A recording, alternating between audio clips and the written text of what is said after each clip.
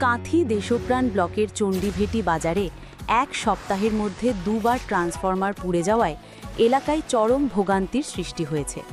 বাজার জুড়ে দোকানপাট, ব্যবসা বাণিজ্য, এমনকি সাধারণ মানুষের দৈনন্দিন জীবনও বিপর্যস্ত হয়ে পড়েছে।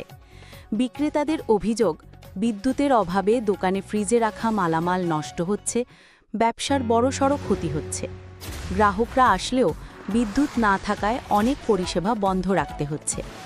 এলাকার সাধারণ মানুষও বিপাকে পড়েছেন। গরমে অতিষ্ঠ অবস্থা, পানীয় জল তুলতে সমস্যা, শিক্ষার্থীদের পড়াশোনা ব্যাহত হচ্ছে।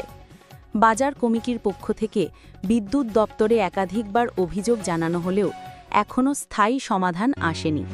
স্থানীয়দের দাবি, বারবার ট্রান্সফরমার পুড়ে যাওয়া রোধ করতে স্থায়ী ও টেকসই পদক্ষেপ নিতে হবে। না হলে চণ্ডীভেটি বাজারের ব্যবসা ও মানুষের জীবনযাত্রা ক্রমশই আরও দুর্বিষহ হয়ে উঠবে।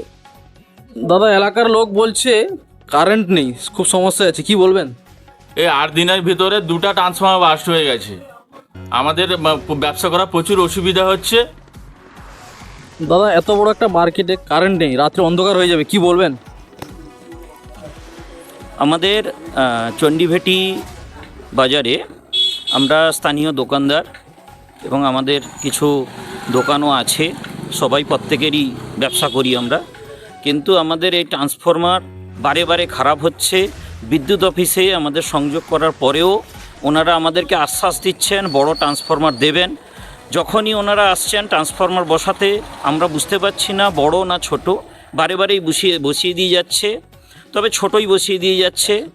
কোনো সময় আমাদেরকে সেইভাবে সাহায্য করছে না। 1 সপ্তাহ আগে আমাদের একটা ট্রান্সফরমার দিয়ে গেছে।